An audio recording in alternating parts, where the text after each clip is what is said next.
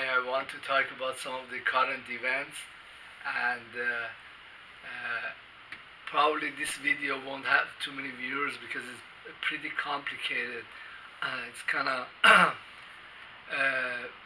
looking at the stuff in a mathematical form of the events, try to put it into a model of what might happen or what has happened. And what happened yesterday is that the price of oil in the options market or in the futures market went negative to almost $40, $38. So this is a very strange event in the economic life. Uh, that's a commodity, that's a valuable commodity, and now it's trading very low or has even gone negative. But if we study strange things or uncommon phenomena, then we learn a lot. I will learn a lot from just studying this event. I was watching Peter Schiff, and he's also tried to make some sense out of it, like how the hell did this happen? Was there anything that anybody could have done to prevent that? Well, the only explanation that he came up with, and it's pretty good explanation, is that the the banks, the U.S. banks, kept issuing credit to many oil companies, many frackers, and they continued to pump oil even though they were losing money and their bonds were no good. But then there was a huge production of oil, and U.S. became the largest oil producer. Excuse me, I'm diabetic. I gotta sometimes get some tea to be able to continue. But this issuing of credit has gone on in other countries too. Many central banks in foreign countries, especially Asian countries, Russia, they issue credit to oil company, and they kept digging for oil, and there is now a huge glut of oil. So the the oil business is having a lot of trouble, but then this can extend to other sectors of the energy market. This can easily happen to natural gas. It has happened to the coal industry. There is a much demand for coal, and we keep going into cleaner energy. But there is already technologies that are working technologies that if they come online, if humanity starts using them, that the entire energy sector will die off. Even wind or solar will die off. So this is the model. When there is an industry that starts making money or large amounts of money, like it's like a gold rush. A lot of companies rush into it, and they invest heavily, and then after a while it consolidates into several big companies, and then it has a lifespan. We are at the end of lifespan of petroleum industry. I think that the Iranian government is the smartest one of them all, and they use processing, petrochemical processing, and they turn it into gasoline. Other countries too, I think Russia turned it into gasoline. And this selling oil as a raw oil is really a stupid thing to do, because you could get $100 for it. But if you process it, you could get $1,000 for it. as gasoline or as plastic. I don't know how much you will end up getting if you converted it to plastics or petrochemicals. Their price is much higher. Well, you don't know what kind of technologies are in the wings that when they come out. I was listening to a lecture about cold fusion. Uh, you know, the energy could be just like an appliance you bring into your home, and this appliance get a cartridge that lasts like 20 years. A little heavy water, a little palladium, a little heavy metals, and there you got all the electricity you could ever want, all the heat you could ever want. But well, I think that many governments have been very successful in suppressing these technologies.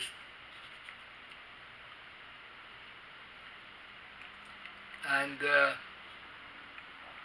it's not really a very untimely death. Is more like a timely death, like a 95-year-old having a massive heart attack.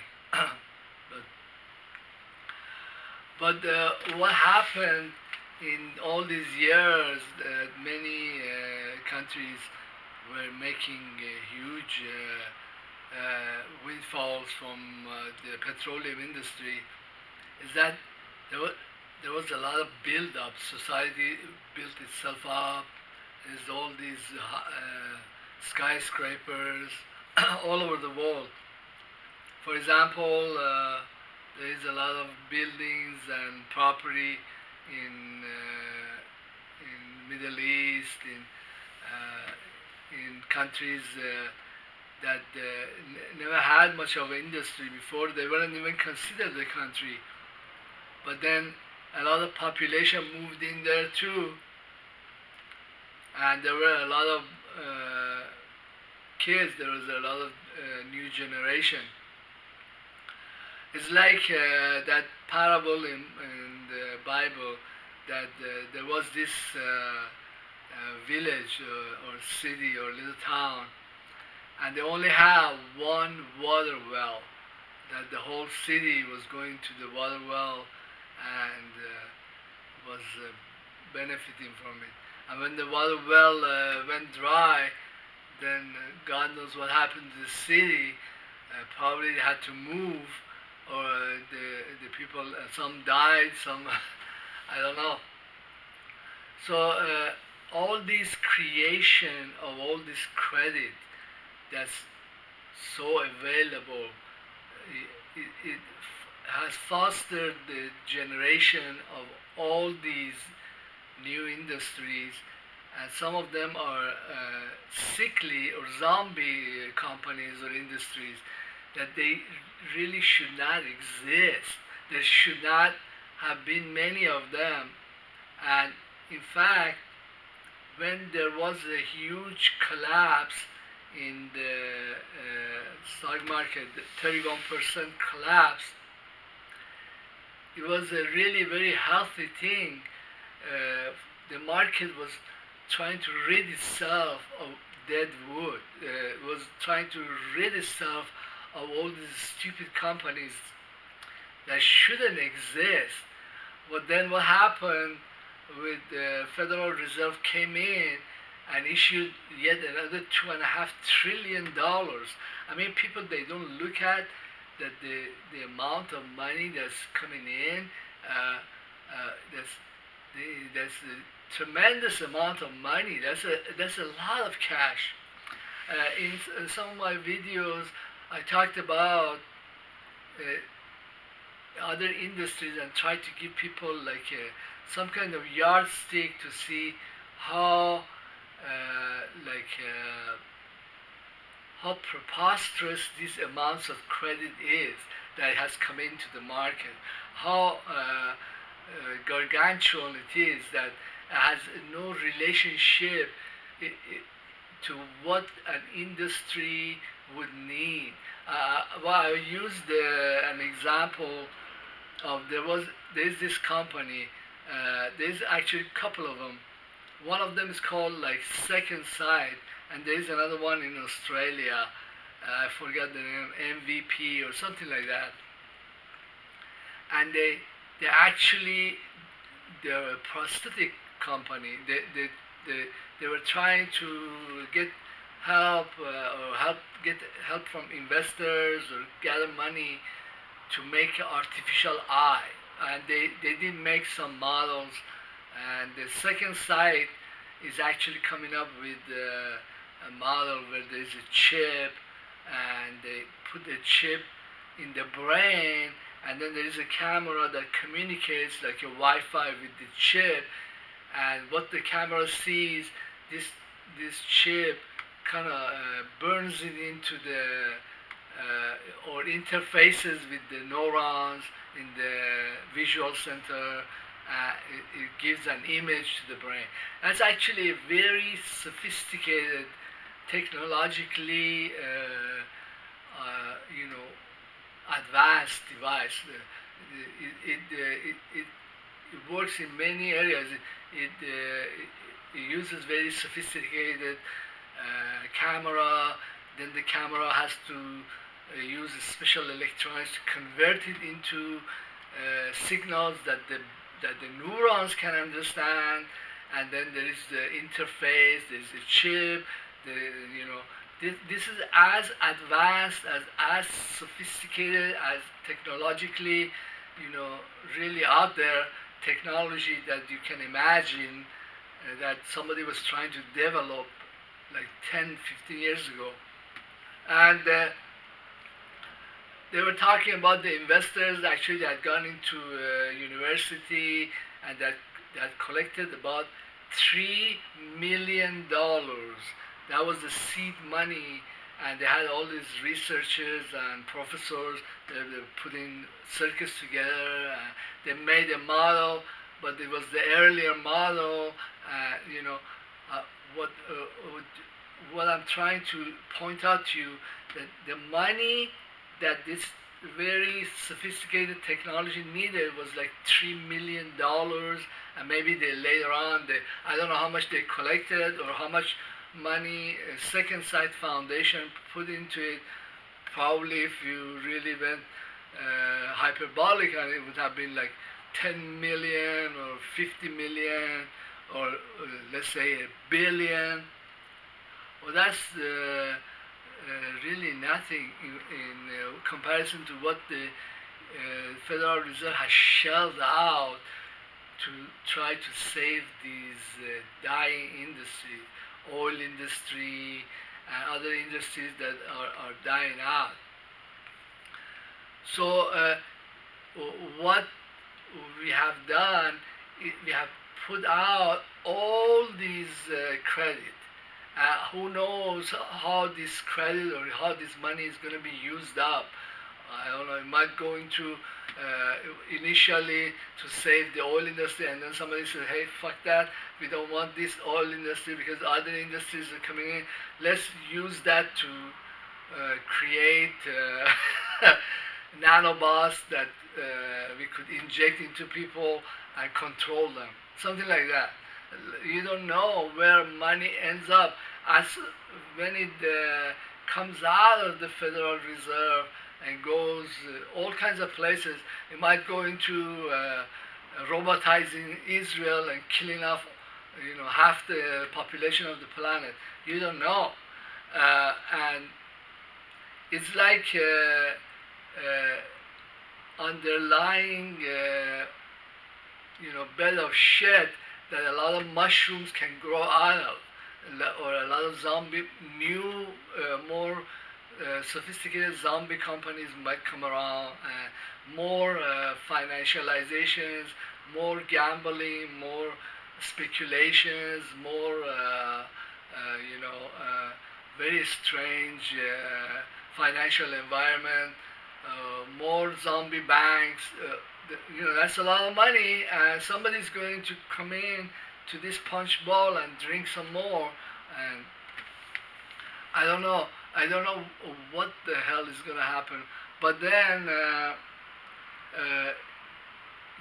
at some point, the investors, uh, they know, even when there is a lot of money available, they have the feeling, hey, when this money comes in, do I want to sink it again into fracking?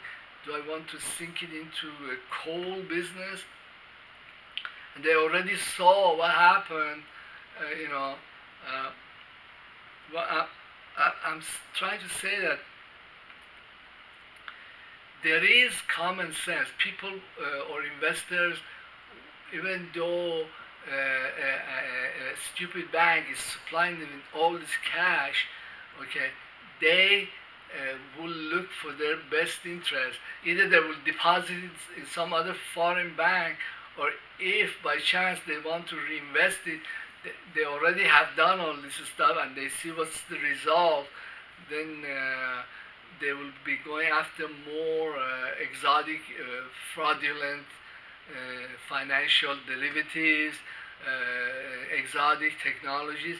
I mean, some fraction of that money probably is going to get used in legitimate industries, like somebody wants to make a bionic eye, or wants to make the better space shuttle, but then it will result in more fraud, more militarism, more zombie companies, more insolvent banks. It's just money, it's liquidity, and all they had to do last time it was just create another disaster and go running and crying to the Federal Reserve to get more cash. So, but but the knowledge will be there that hey, many of these companies are zombie companies. So what will happen is the market, uh, which has the only function is to determine fair market value, will have like a undercurrent. Like many investors and banks, they know that the stocks that they're holding now, they are really overpriced. Then there will be a second collapse. Like you are on a set of stairs, you're going like this, you fall very hard, and then there is a little plateau that somebody or some stupid Federal Reserve created this put or plateau, and then you come in there and you have some momentum, and then boom, you fall really hard the second time, and then you might repeat like the third time. Very hard falls, and also very unexpected. Well, uh, the only analyst that talks about this stuff, I think, is Gregory Mannarino. He talks about that the market should be worth like half of what's worth now, or less than 10,000. Well, I think the half he's talking about is the second hard fall, the second 31% fall, and then another 10, 15% to bring it down to like 7 or 8,000. I don't know. Well, this is just some kind of modeling of what's happening economically, and then the other part of the model is the human element of it. Is that all this build up in population and in facilities and infrastructures will build up to this point, and then now there is no money coming in. There is no foreign currency that the many governments. So then there will be a huge collapse in asset value prices. Everything is going to lose 50% or 80%, because whoever is left in society, the population that's left, they have nothing else. There is no income, there is no subsidies from government, nothing, and the only thing they will have all this infrastructure, all these cars, all these bankrupt companies, all these buildings, the only way that they could sustain themselves would be to resell these, capture whatever equity is left in them. So I think that the second collapse, it would be in the asset, and then also by the word asset, I do mean bonds. I do mean even precious metal. But actually, when the 31% the collapse happened, there was also sell-off even in the gold market. I don't know. I think that gold is going to get a good boost, but uh, I don't think that these collapses are going to stop. What will happen is that the Federal Reserve will spend 2.5 trillion now, and then there is another collapse. They'll spend another 5 trillion there, and then there is a collapse in the bond market. They'll spend another 10 trillion there, and not only in this process of collapses, they'll lose. People will lose complete confidence in them and what they can do, and also at the same time the dollar can die because they publish so much of it. I don't know. This is like a modeling for disasters that have never happened, and only you can kind of model it based on things that happen in nature or happen in history. That this was a gargantuan collapse, gargantuan disaster that was unbelievable. But well, one model, one scenario that I kind of can look at. Before I go there, talk about whales and when they die and what the Eskimos do with them. Uh, we are also entering a technological era. It's called zero marginal cost society, which means that there is a collapse in the cost of producing anything that can be fabricated, and anything that could be dug out of the ground is going to be extremely cheap. Well, let's look at even precious metals. While I was doing research, I was thinking of buying silver, and I thought, let me look at the silver mining, and I discovered that there's a lot of mines in Idaho, Utah, everywhere. These mines, they really are not working in capacity. Uh, Several of them have been shut down. And this program was talking about how the silver is mined. Silver doesn't come in veins that you could just follow a vein. There is some like that, but most of it is in the form of salts that are part of the stones. So what they would do is digging to the ground.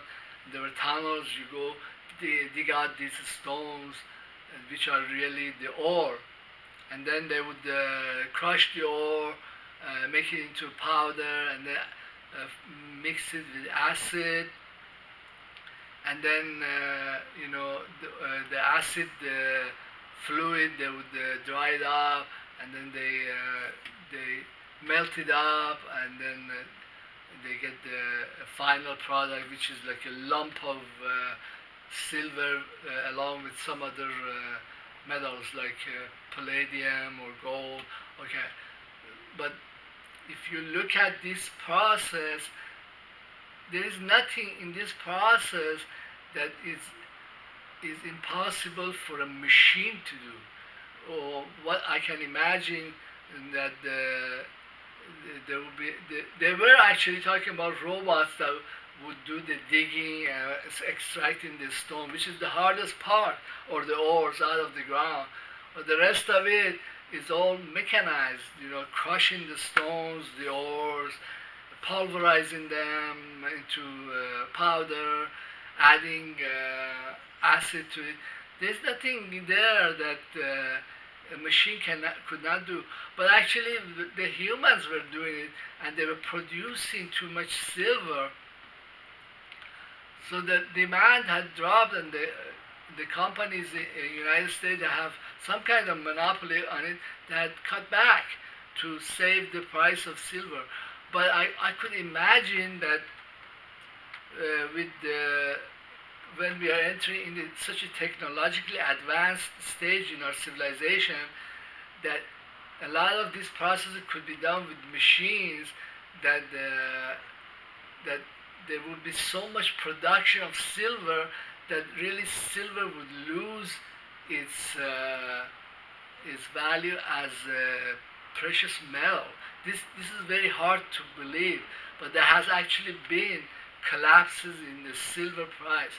But then, who's to say that if this can happen to silver, it could not happen to gold? Well, it would be, excuse me,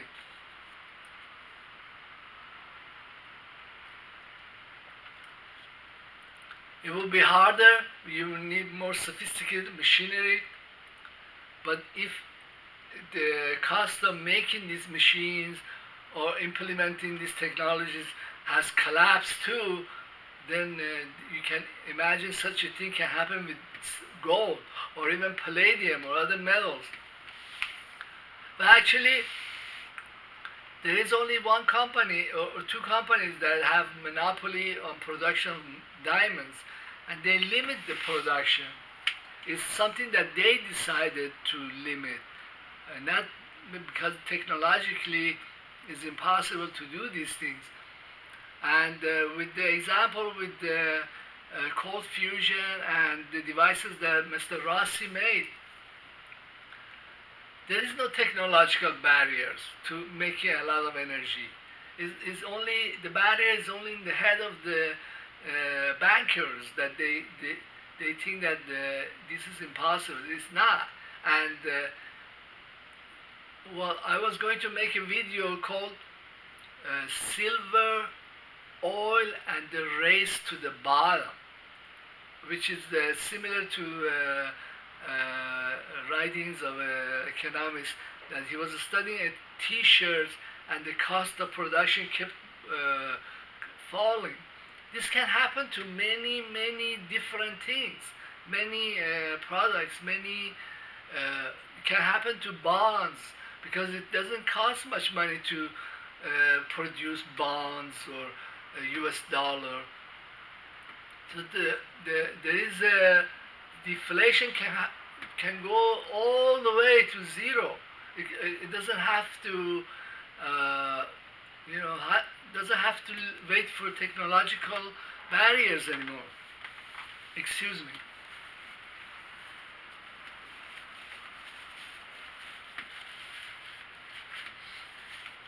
So, if there is no technological barriers, people will exploit it, especially when one major industry has died and there is all this credit that the Federal Reserve dumped into the market. What will happen is that whoever is desperate enough will grab some of this money any way they can, and they will develop the silver market. Like, there is a whole bunch of these people that will be running to the silver market, into the gold market, into the palladium market, into rare earth metals, into you don't know. It's like an example that Max Kaiser was using, that as if a snake is running through a huge pipe. You see the snake going from place to place. You don't know, when people are desperate, what industries they're going to. Maybe develop very exotic recreational drugs. Well, there was something that the Americans could have done, is not to publish all this credit, not to put it out in the market, not to hope that putting out all this liquidity will fix the problem they had in the way they thought about it. Well, yeah. Uh, well, I think that society in itself does calculation, and when the time comes after they have received the credit to reinvest, they will not do this thing. They will not reinvest in oil. They will not reinvest. They will reinvest it in a CD or in a foreign bank account or, like I say, in these other industries. I think that many industries are very vulnerable. Like I was trying to uh, show the scale of things, like what monies would cost to develop these extremely sophisticated devices. Uh, wha- how do you know that this credit will not go and make a wreckage of other industries besides the oil industry? Well, I mean, I think that the petroleum industry became like a victim because there was so much investment into it, and the industry, could not sustain such tremendous amount of production. Well, also many people, when they look at financial affairs and disasters, they don't look at the both sides of the coin. For example, the prices for oil and other commodities, it is a price that's usually set by world market or by market, has a little view of the demand of what investors are there that want to buy gold, want to buy silver, want to buy other commodities. Well, if the demand has died, then all these investments into one industry is really malinvestment. Well, I think that on the banking side, one could they could have used their smarts to not invest anymore, not to spend any more money. Just like Mr. Peter Schiff was saying, that that these are malinvestments. If you are the one that has the ability to create all this credit, you should just simply not create it and not put it out and not save all these zombie companies, zombie banks. But I think that the, the Americans are the most stupid. They will not listen. They will continue try to save these dying industries, and they will put out like tremendous amount of credit.